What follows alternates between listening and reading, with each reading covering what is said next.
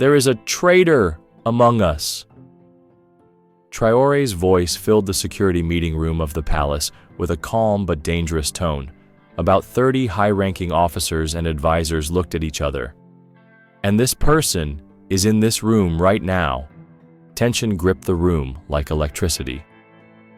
2 weeks later, in a basement of the palace, Traore sat alone in the dark. The screens in front of him showed images of every corner of the palace. The door opened, and Captain Zongo entered. "Mr. President, the circle is closing in. I think we've found the traitor, but you won't believe who it is." Traore turned to look at Captain Zongo. His facial expression was like a stone mask, but the pain in his eyes was noticeable. "Tell me," he said in a calm voice. "Who?" Zongo handed over a file. "Colonel Desire Ouattara, sir." Traore's hand trembled for a moment. Desire was his childhood friend, the comrade with whom he had joined the army, the battle brother who had stood by him during the coup. He opened the file, and the evidence was laid out before him. Secret phone calls, bank transactions, leaked documents from secret meetings. "Are you sure?" said Traore, his voice far from its usual strength. "The evidence is clear, sir," said Zongo. "In the last 3 months, Colonel Ouattara has had 6 secret meetings with French intelligence. After each meeting, 50,000 euros were deposited into his account in Switzerland." Traore closed the file. "No one should know, Zongo, only you and me."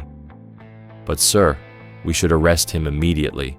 Every minute that passes, he could be leaking more information." Traore stood up. In the dim light of the basement, the determination on his face was even more pronounced. If we arrest him, we'll never find the network behind him. We're going to play a bigger game." "What kind of game, sir?" Traore looked at the map behind him. Burkina Faso's rich gold mines were marked. "We're going to set a trap, and I'll be the bait." The next morning, Traore started the cabinet meeting as usual. He looked at the 9 senior officials sitting around the table. Desire Ouattara sat in his usual place, to Traore's right. He wore his usual calm and loyal expression. "Today we will discuss a very important matter," said Traore, "a secret that will stay only in this room." After a brief pause, he continued, "I've made a historic decision. We are closing all French military bases in Burkina Faso." A wave of surprise spread through the room. France still maintained a military presence in its former colonies in Africa, and no leader had been able to take such a direct stand. "But sir," said the foreign minister, "this could lead to an international crisis." "The decision has been made," Traore said in a definitive voice. "And there's one more thing. We will take the management of our gold mines from French companies and give it to our Russian partners. The agreement will be signed tomorrow." This time, everyone around the table was clearly shocked. Traore carefully examined each face, never taking his eyes off Desire. Desire's expression hadn't changed. Only a muscle in his jaw was twitching slightly. "This information will absolutely remain confidential," said Traore, "until the agreement is signed. The meeting is over." As everyone was leaving the room, Traore stopped Desire. "Can we talk for a bit?" When they were alone in the room, Traore got straight to the point. "I'm going to ask you for something special, Desire. To ensure the security of this agreement, you will arrange all the details of the signing ceremony. Place, time, participants, everything." Desire nodded. "Of course, Ibrahim. As always, I will carry out your orders." "I know," said Traore, and smiled slightly. "You've always been someone I could rely on." After Desire left, Traore pressed a secret button. Captain Zongo emerged from behind the wall. "Are the tracking devices in place?" asked Traore. "Yes, sir. On his phone, in his car, even on his jacket." "Excellent. Now let's start monitoring. Let's see how quickly our little lies will spread." At midnight, Desire Ouattara arrived at a villa outside the city in his luxury car. Traore and Zongo were tracking his every move from the remote monitoring room. "Who's inside?" asked Traore. "Heat scanners show 4 people," said Zongo, 2 with French diplomatic passports, 1 local collaborator, and Colonel Ouattara. Desire's voice was clearly audible thanks to the listening devices that had been placed. "There's a serious situation. Traore is signing an agreement with the Russians tomorrow. He's giving them all the gold mines. He's also closing the French bases." The French agent's voice was tense. "This is unacceptable. Time is very short. It's time to activate the alternative plan." "A coup?" asked Desire. "It must be quick and clean. Traore must be eliminated before the signing ceremony." Traore had frozen in the listening room. Hearing his old friend's betrayal with his own ears was more painful than he had anticipated. "How can we stop him?" asked Zongo. Traore looked thoughtfully at the screen. "We won't stop them. We'll let them carry out their plans to the end, until they fall into the trap they've dug themselves." The next morning, Desire came directly to Traore's office. He wore his usual loyal expression. "The arrangements for the signing ceremony are complete, Ibrahim," he said. "The ceremony will take place at the National Palace tomorrow at noon. The guest list and security measures are here." Traore glanced at the documents and nodded. "Great job, Desire. As always, you're perfect." "I would do anything for you, my friend." Traore looked at him meaningfully. "I know." After Desire left, Traore immediately called Zongo. "According to plan?" "Yes, sir. Exactly as we expected, he's changed the security protocol for the ceremony. He's placed your special guards at different points and left a security gap in the northern wing of the palace. The assassination will come from there," said Traore. "Have you been able to find out who will do it?" "A special operator has been brought from France, codename Falcon, former Foreign Legion member. He was smuggled into the country secretly last night." Traore took a deep breath. "Now it's time to implement our counterplan, Zongo. Desire must absolutely not know." The night before the signing ceremony, Traore was alone in the palace. The lights of his office were clearly visible from outside. A shadow in the window, Traore's silhouette, appeared to be working, moving at regular intervals. But this was an illusion. The real Traore was in a secure section of the palace, with Zongo and a small special forces team. "Where are Colonel Ouattara and the French agents now?" asked Traore. "The colonel is at his own home," said Zongo, "but he's making contact with Falcon every half hour. The assassin has taken position in a house near the northern wall of the palace." "Let's be patient and let them take action," said Traore. "Tonight belongs to them, but tomorrow belongs to us." As the hours passed, the tension increased. Shortly after midnight, movement was detected on the northern wall of the palace. A figure in black clothes scaled the wall and disappeared into the shadows. "It's begun," said Zongo. The assassin infiltrated the palace through exactly the security gap Desire had specified. Security cameras were recording his every move. The man headed directly towards Traore's office. "Does he have a weapon?" asked Traore. "Yes, he's carrying a pistol with a silencer and a knife," Zongo replied. The assassin reached the door of Traore's office. He skillfully unlocked it and slipped inside.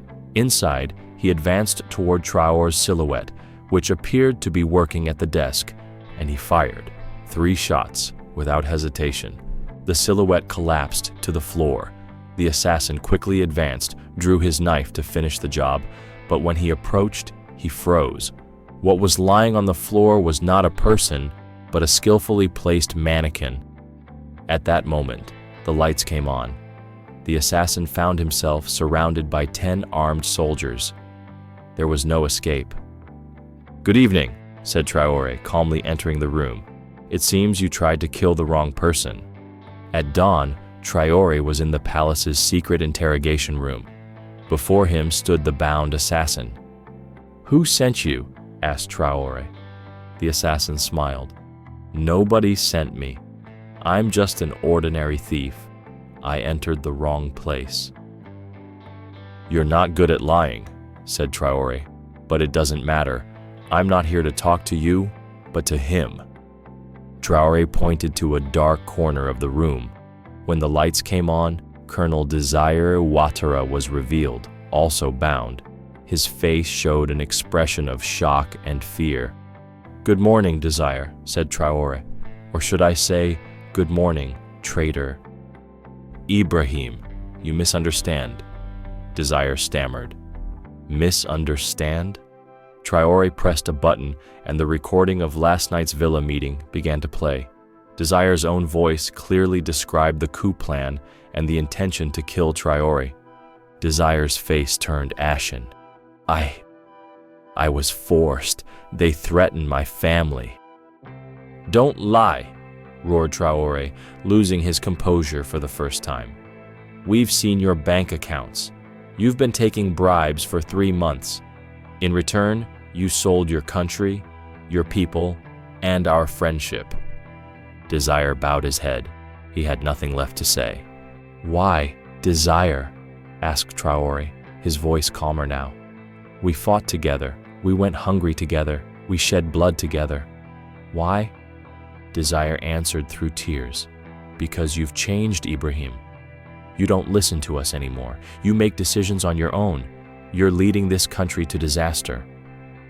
"So you decided to kill me?" "It was a necessity to save Burkina Faso." Traore laughed bitterly.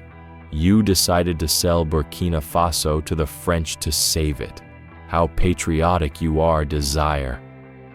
As Traore prepared to leave the room, he looked at his friend one last time. "What is the punishment for treason, Colonel Ouattara?" "Death," whispered Desire. "Correct," said Traore, "but I won't have you executed. You will be tried in front of the people. All of Burkina Faso, all of Africa, will see your betrayal." That afternoon, instead of the planned signing ceremony, Traore made a national television broadcast. Beside him were Captain Zongo and loyal army units. "My dear citizens," he began, "today I have to tell you a story of grave betrayal. Last night, an assassination attempt on my life was prevented." On the screen, images played showing the assassin entering the palace and being captured.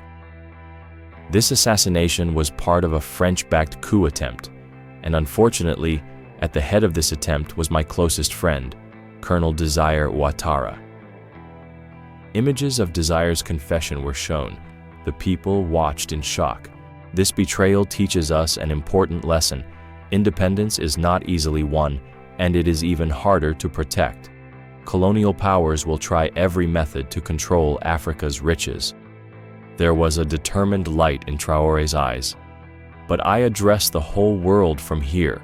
Burkina Faso's independence is not negotiable. Our resources are ours. Our decisions are ours. Our future is ours." Everyone in the studio was applauding, standing up. Traore continued his speech.